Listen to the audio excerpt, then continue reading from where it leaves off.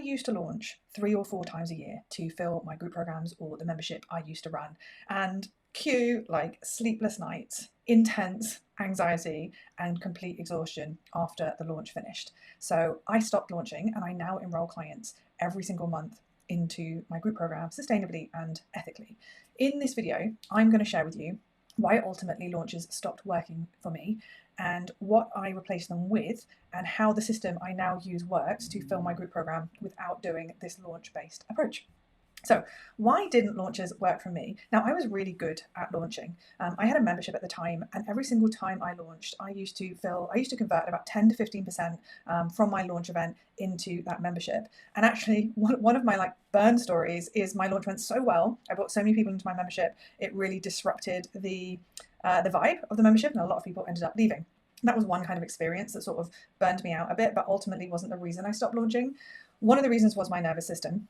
I am a massive introvert, and although I love live delivery and it's sort of my zone of genius is delivering live, after every single launch I would get ill and I would have this really intense launch week and then 2 weeks where I felt so burnt out and ill that I was like, I don't want to do that again. So that was one of the really big pain points.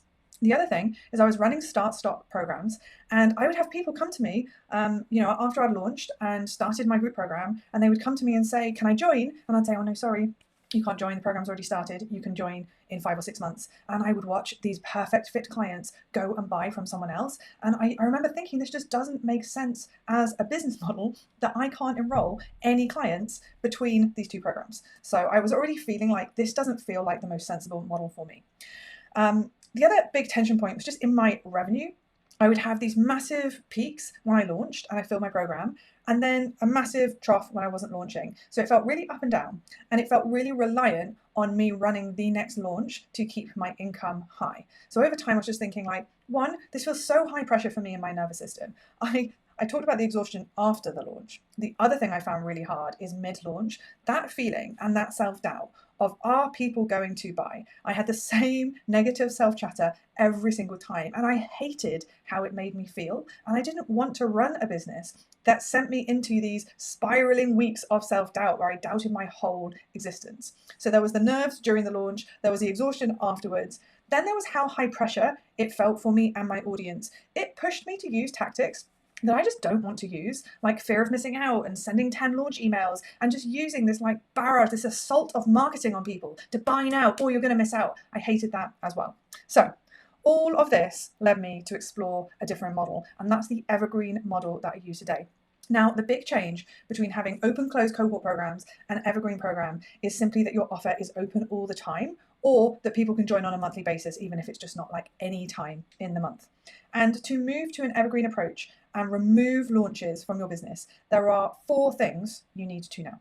So 1, instead of launch-based marketing, where we do this massive push to grow our audience and make a load of momentum and noise, we want to instead steadily grow your audience by 100 people every single month.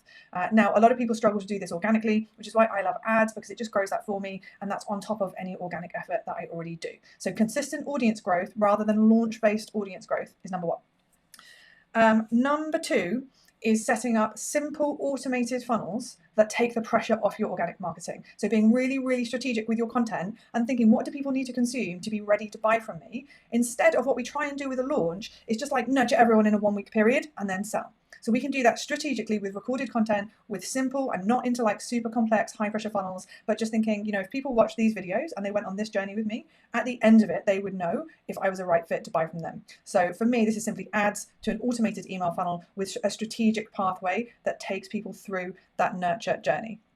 The third piece is a sales process that works. And for a long, long time, that's been sales calls for me. I've just switched to an application basis, and I'm testing removing sales calls. Watch this space.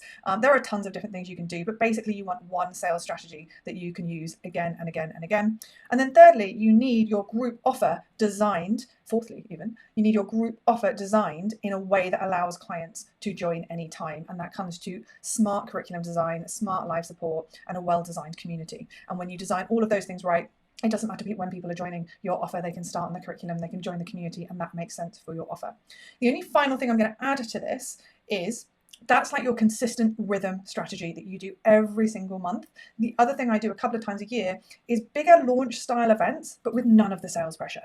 So I run my signature workshop series, rinse and repeat. I deliver the same thing every time. There's just no big sell at the end. I'm just like, hey, and if now's the right time, come book a call with me. So it's useful to have some momentum builders in your marketing strategy, because if you're just doing this kind of rhythmic drumbeat all the time, sometimes your energy can wane and it can get a little bit stale. So why does Evergreen work and why do I love it so much? One, it builds deep trust slowly and steadily. People still find me and buy from me straight away the more I've built up my body of content and authority online. But for those who aren't ready, for those who need that longer nurture, they can just stay on my email list, coming to my free events, coming to my free workshops, learning from me until they're ready. Which is leads me on to my second, my favorite thing. Your buyers can buy from you when they're ready, not when you're ready, and because you have a launch deadline coming up and you put a load of pressure on them. Three, it really allows me to focus all of my attention on one great offer and make all of my money from that one great offer and give my clients really, really deep support within that one great offer. And it's just, for me, for my nervous system, it's so much more sustainable than this launch-based approach, which just didn't suit me and my personality. So if you want to remove launches from your business, here's what you need to do. Firstly, you need to choose the offer and the niche, and this is really important. It's so easy to stay a generalist. It's so easy to think that you could just do offers all over the place and just constantly build this like complicated multi-offer business. And some people love that. I didn't, right? It just meant that I was never perfecting any offer. I was never going all in. I wasn't really known for anything. And my business was super complicated and it didn't create spaciousness in my calendar. So you need to figure out the one idea that's worth scaling. And that's going to be an intersection of something that your audience really needs and will pay for and what your zone of genius is. Two, build an email list with quality people who need what you offer, layering in ads, collaborations, organic, whatever works for you, right? It's going to differ depending on who you are in your strategy.